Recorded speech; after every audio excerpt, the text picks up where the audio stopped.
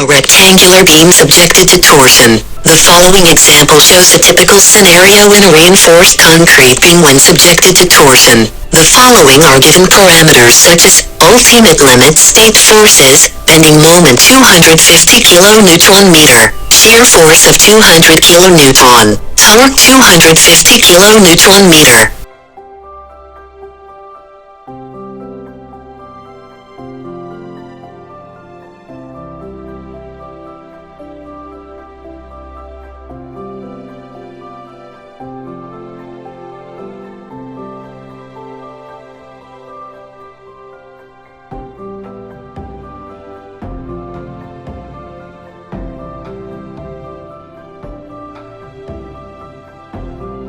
Characteristic material properties. The characteristics of cube strength of 35 megapascal, yield strength of steel in tension 450 megapascal, yield strength of steel in tension 250 megapascal, geometry of the beam. Height of beam is given as 425 millimeters. Width of beam is given as 300 millimeters. Reinforcement position in the X direction is 60 millimeters. Reinforcement position in the Y direction is 60 millimeters.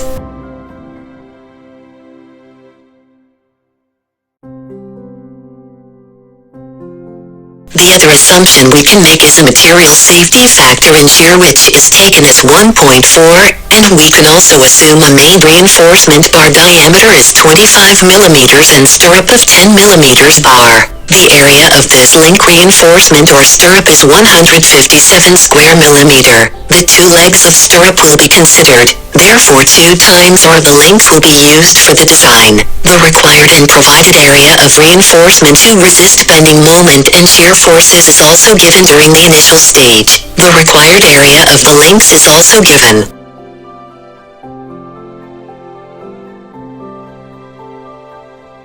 Designing for torsion. Let us now start the design for the section to resist the applied torsion. The first step is to check. Number 1. The location of reinforcement. Number 2. Shear stress causes by torsion. Number 3. Shear stress causes by shear force. Number 4. Check the stress with the maximum allowable shear limit. Number 5. Check if torsional reinforcement is required. If no torsional reinforcement is required, the provided tension reinforcement is sufficient. Number 6. The next step is make sure to provide the link sufficient to resist torsion and shear. Number 7. Check if spacing between reinforcement is less than the maximum acceptable spacing. Number 8. Finally, if it's found that torsion reinforcement is required, then calculate the longitudinal reinforcement required for torsion. Now let us see the steps one by one. Number 1. Location of reinforcement. The first step is to determine the location of reinforcement, that is the depth of top reinforcement and the depth of bottom reinforcement.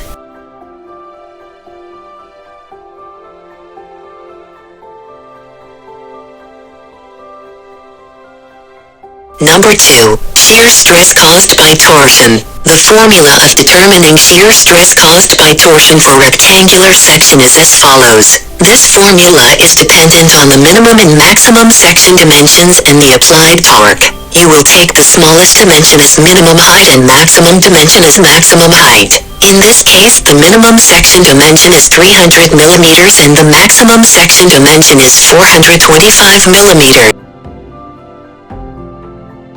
Number 3. Shear stress caused by shear force. The formula of determining shear stress caused by shear force for rectangular section is as follows. This formula is dependent on the width and depth of the section and the applied maximum shear force. This value is obtained by dividing the ultimate shear force of 200 kN by a section width of 300 and d value of 377.5 millimeters. Please always make sure you use the right combination of units. Number 4. Checking the stress limit from your local design codes and standard. In this example, we will be using South African National Standard or SANS. The maximum and minimum shear capacity of concrete for torsion is calculated or read directly as follows. For concrete with a strength of 30 megapascal, our calculation shows we're in the limit, therefore we can say the stress is within acceptable limit.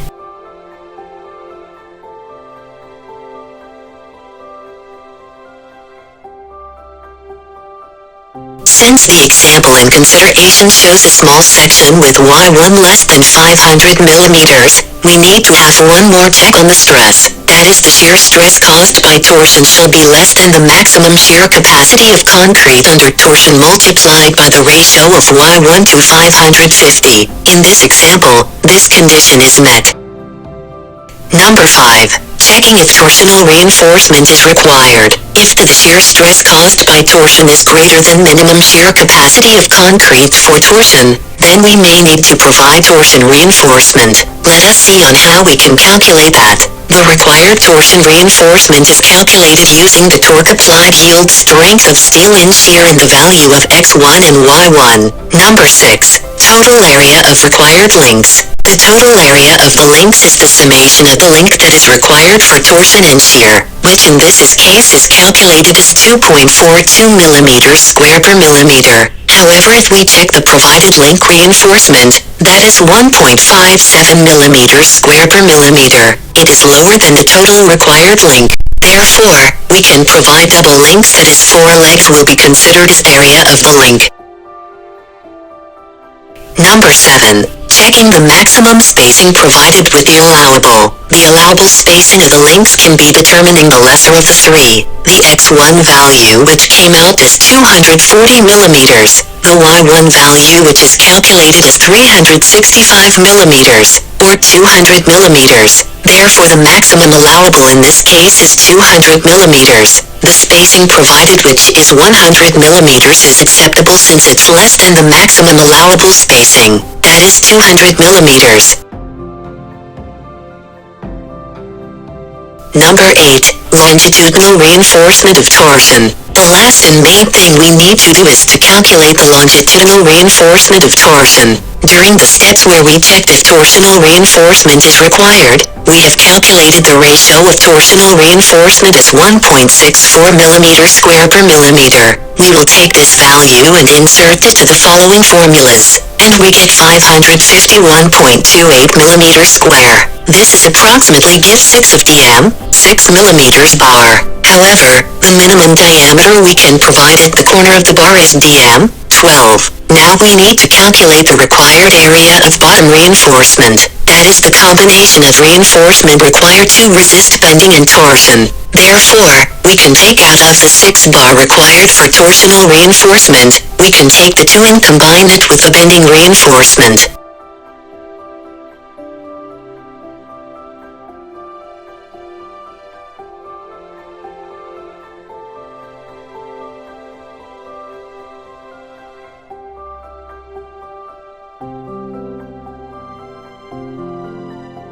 This will give us 1083.76 millimeters square.